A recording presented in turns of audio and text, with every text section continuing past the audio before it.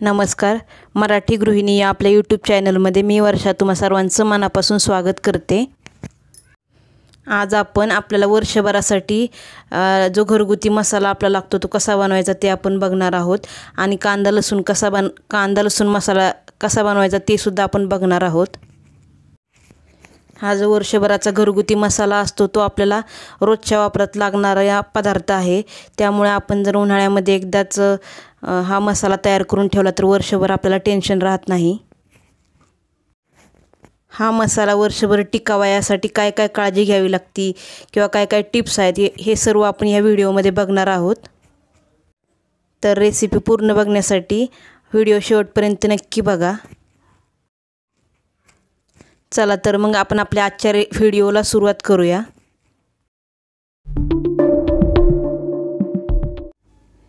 इथे मी 1.5 किलो शंकेश्वरी मिरची घेतली आहे. त्यानंतर 1.5 किलो लवंगी मिरची घेतली आहे आणि अर्धा किलो बॅडगी मिरची घेतली आहे. हे बघा मी इथे 3 प्रकारच्या मिरच्या घेतल्या आहेत. तर त्याच्यामध्ये ही पहिला प्रकार आहे. ह्या मिरचीचं नाव आहे शंकेश्वरी मिरची. तर ती दिसायला अशी चपटी असते. ती अशी थोडीशी चपटी आणि अशी थोडीशी जाड असते.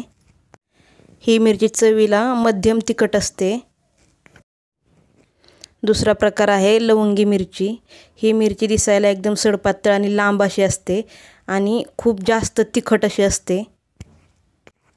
आणि तिसरा जो प्रकार आहे तो आहे बॅडगी मिरची.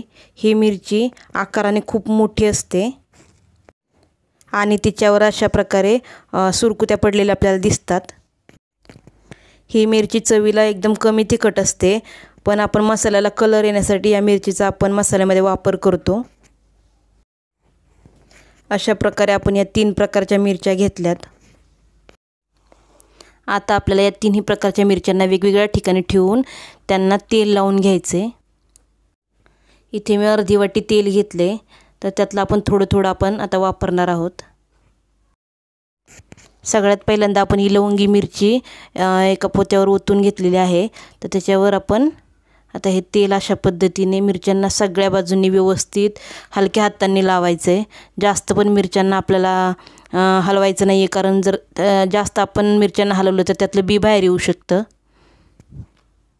त्यामुळे अगदी हलक्या हातांनी सगळ्या बाजूंनी मिरच्यांना तेल लावून घ्यायचं. ह्या मिरच्या आपण पातेल्यामध्ये तेल घालूनसुद्धा भाजूनसुद्धा घेऊ शकतो, पण त्याने घरामध्ये खूप ठसका पसरतो. त्यापेक्षा अशा पद्धतीने तेल लावून जर तुम्ही 2 दिवस उन्हात जर मिरच्या वाळवल्या तर त्या म्हणजे खूप छान वाळतात. ह्या 3ही प्रकारच्या मिरच्या आपल्याला 3 वेगवेगळ्या ठिकाणी वाळत घालायच्यात, कारण की आपण एकत्रसुद्धा वाळत घालू शकतो. परंतु काही प्रकारच्या मिरच्यांना वाळायला वेळ लागतो, काही प्रकारच्या मिरच्या लवकर वाळतात. त्यामुळे आपल्याला वेगवेगळ्या वाळत घालायच्यात. अशाच प्रकारे आपल्याला शंकेश्वरी मिरचीला सुद्धा तेल लावून घ्यायचे आणि हलक्या हाताने व्यवस्थित मिक्स करून घ्यायचे.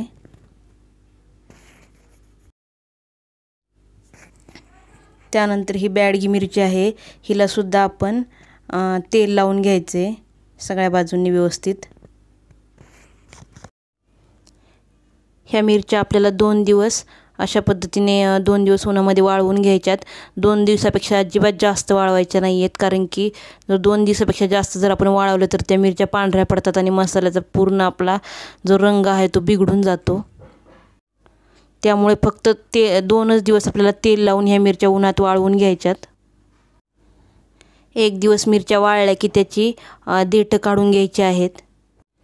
लवंगी आणि बॅडगी मिरचीची देठं काढायला खूप सोपी जातात, अगदी पटकन होतात. पण जी शंकेश्वरी मिरची आहे त्याची देठं काढायला खूप म्हणजे वेळ जातो. देठ काढताना फक्त आतलं बी बाहेर येणार नाही याची काळजी घ्यायची. वरच्यावर आपल्याला देठ मोडून घ्यायचे आहेत. हे बघा मिरच्या मी 2 दिवस उन्हात वाळवून त्याची देठसुद्धा काढून घेतलेली आहेत. अगदी छान अशा आपल्या मिरच्या वाळलेल्या आहेत. हे बघा अगदी पटकन आपली मिरची अशी मोडली जाते. परफेक्ट अशा वाळलेल्या आहेत आपल्या मिरच्या. आणि त्यात काही मातीचे खडे लाकडं वगैरे असेल तर ते सुद्धा स्वच्छ करून घ्यायचे. हे बघा शंकेश्वरी मिरचीसुद्धा आपली खूप छान अशी वाळलेली आहे. बॅडगी मिरची आपण बघूयात. हे बघा ही मिरचीसुद्धा पूर्ण वाळलेली आहे. हे बघा मी गॅसवर कढई ठेवून घेतलेली आहे। कढई आपली गरम झालेली आहे, तर त्याच्यामध्ये आपण आता धने भाजून घेणार आहे। हे अर्धा किलोपेक्षा थोडेसे कमी धने आहेत। ह्या सर्व खडे मसाल्यांचं प्रमाण जे आहे ते मी डिस्क्रिप्शन बॉक्समध्ये दिलेलं आहे, ते तुम्ही बघू शकता। हे अर्धे धने मी भाजण्यासाठी घेतलेत, अर्धे आपण नंतर भाजणार आहे, कारण एकदम व्यवस्थित भाजले जाणार नाहीत। तर आपल्याला अशा पद्धतीने सगळ्या बाजूने व्यवस्थित असे धने भाजून घ्यायचे आहेत। गॅसची फ्लेम मीडियम ठेवायची आहे। धने आपले भाजून झालेत, आपण बाजूला काढून घेतलेत। अशाच पद्धतीने राहिलेले धने सुद्धा आपण भाजून घेणार आहोत। त्यानंतर आता आपण जी बडीशोप आहे ती भाजून घेणार आहे। इथे मी 100 ग्रॅम बडीशोप घेतली आहे, ती सुद्धा आपल्याला मीडियम फ्लेमवर भाजून घ्यायची आहे।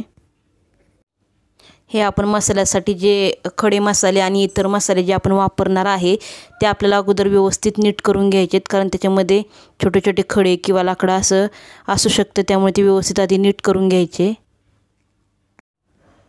हे बघा बडीशोपसुद्धा आपली भाजून झाली आहे, आपण काढून घेऊयात। त्यानंतर इथे पांढरे तीळ घेतलेत 100 ग्रॅम। या पांढऱ्या तिळांमुळे आपल्या जी भाजी आपण बनवतो त्या भाजीला घट्टपणा येण्यासाठी मदत होते आणि चवसुद्धा चांगली येते। त्यामुळेच नॉनव्हेजच्या रेसिपींमध्ये पांढऱ्या तिळाचा वापर केला जातो। त्यानंतर इथे मी 100 ग्रॅम जिरं घेतले। आता आपल्याला हे व्यवस्थित भाजून घ्यायचे। जिरं आपलं आता भाजून झाले छान, आता आपण काढून घेऊयात।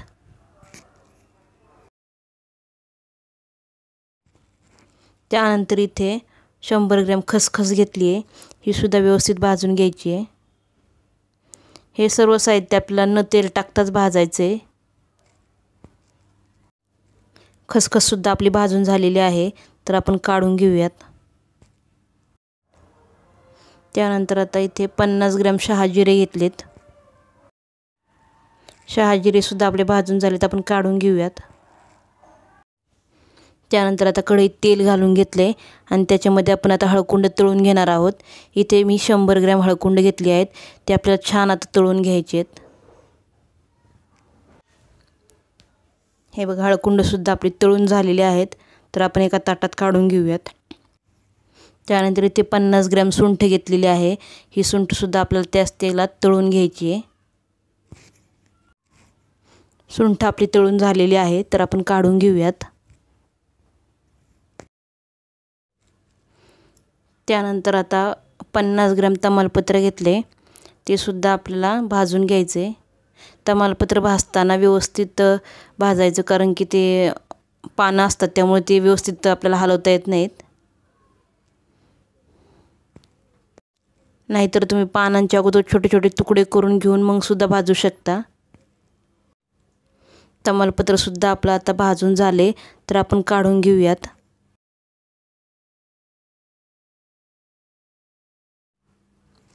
त्यानंतर आता आपण दगडफूल भाजून घेणार आहे। 50 ग्रॅम दगडफूल घेतले आपण। या दगडफूल आपल्याला व्यवस्थित नीट करून व्यवस्थित साफ करून घ्यावं लागतं, स्वच्छ करून घ्यावं लागतं, कारण की त्याच्यामध्ये भरपूर प्रमाणात माती असते, त्यामुळे ते अगोदर व्यवस्थित स्वच्छ करून घ्यायचं आणि मगच भाजायचं। हे दगडफूल आपलं भाजून झाले, तर आपण आता काढून घेऊयात। त्यानंतर दालचिनी घेतली, इथे 50 ग्रॅम दालचिनी घेतली आहे, तीसुद्धा आपल्याला थोडंसं तेल टाकून भाजून घ्यायची आहे। हे जे खडे मसाले असतात ते खूप जास्त भाजायचे नसतात, कारण की त्यांचा जो नैसर्गिक त्यांची चव आहे, रंग आहे, तो जाऊ शकतो जास्त भाजल्यामुळे। त्यामुळे अगदी हलके हलके भाजायचे आहेत आपल्याला, हे थोडे थोडेच भाजायचे आहेत। इथे आता अगदी थोडंसं तेल घालून घेतले। त्यानंतर त्याच्यामध्ये आपल्याला इथे 50 ग्रॅम मसाला वेलची घेतली आहे, ते आपल्याला भाजून घ्यायची आहे। मसाला वेलचीसुद्धा आपली भाजून झाली आहे, तर आपण लगेच काढून घ्यायची आहे।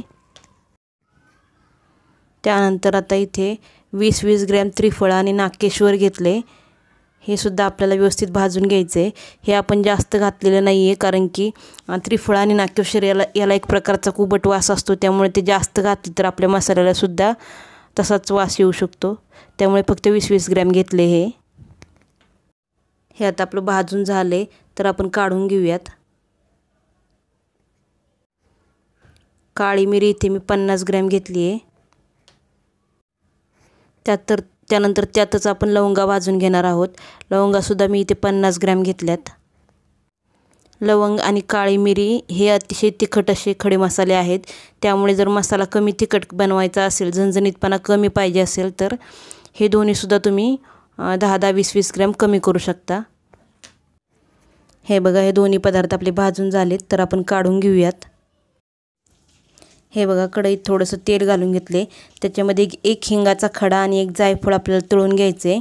हे दोन्ही फोडून घेऊन मग सुद्धा तळलं तरीसुद्धा चालतं, म्हणजे व्यवस्थित तळलं जातं। हे बघा, इथे मी जायफळ फोडून घेऊन मग तळायला टाकले। हे आपलं तळून झाले, तर आपण काढून घेऊयात। तर इथे आता जायपत्री 20 ग्रॅम आणि मायपत्री 10 ग्रॅम घेतली आहे, तर हे सुद्धा आपल्याला व्यवस्थित भाजून घ्यायचं आहे। हे दोन्ही दिसायला अगदी एकसारखे असतात, यातला जायपत्री कुठली आणि मायपत्री कुठली हा फरक मला सुद्धा कळत नाही। त्यानंतर त्याच्यामध्येच आपण हे बादल फूल, म्हणजे आपण स्टार फूल असे म्हणतो, ते घालून घेणार आहे। स्टार फूल मी इथे 20 ग्रॅम घेतले। हे सर्व साहित्य आपल्याला एकत्र भाजून घ्यायचे आणि लगेचच काढायचे। त्यानंतर इथे मी 10 ग्रॅम हिरवी वेलची घेतलेली आहे, ती सुद्धा आपल्याला भाजून घ्यायची आहे। वेलची आता आपली भाजून झाली, तर आपण काढून घेऊयात।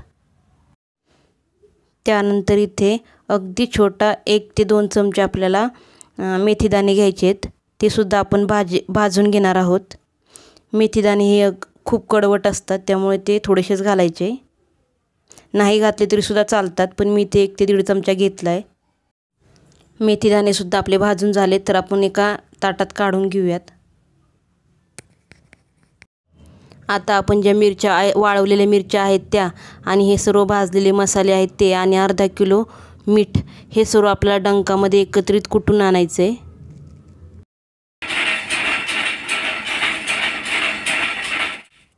हे बघा, आता आपण 3.5 किलो मिरच्यांचा हा 5 किलोचा मसाला आपला तयार झालेला आहे। आता हा मसाला आपला असाच ओपन करून 1 दिवस गार करून घ्यायचा आहे। गार झाल्यानंतर आपण एका पॅकबंद बरणीमध्ये भरून ठेवू शकतो। हा मसाला अगदी वर्षभर, 1-1.5 वर्ष म्हणलं तरी टिकतो। त्यानंतर आता त्यातला एवढा मसाला मी बाजूला काढून घेतला आहे आणि आता त्याच्यामध्ये मी कांदा लसूण मिसळणार आहे। तर इथे 4 ते 5 कांदे मी भाजून घेतलेत आणि एवढा खोबरं मी किसून भाजून घेतले आणि 2 कांड्या लसूण सोलून घेतला आहे। हे सर्व साहित्य आपल्याला मिक्सरला एकदम बारीक वाटून घ्यायचे आणि मसाल्यामध्ये मसाला घालून सुद्धा मिक्सरला बारीक वाटून घ्यायचे। हे बघा, आपण सर्व साहित्य मिक्सरला एकत्र वाटून घेतलेलं आहे। तर आता आपला हा कांदा लसूण मसाला तयार झालेला आहे। तर आजचा हा मसाला बनवण्याची पद्धत तुम्हाला कशी वाटली कमेंट करून नक्की सांगा आणि आपल्या मराठी गृहिणी या चॅनलला लाईक करा, शेअर करा आणि सबस्क्राईब करा। भेटूया पुढच्या व्हिडिओमध्ये नवीन रेसिपीसह। थँक्यू।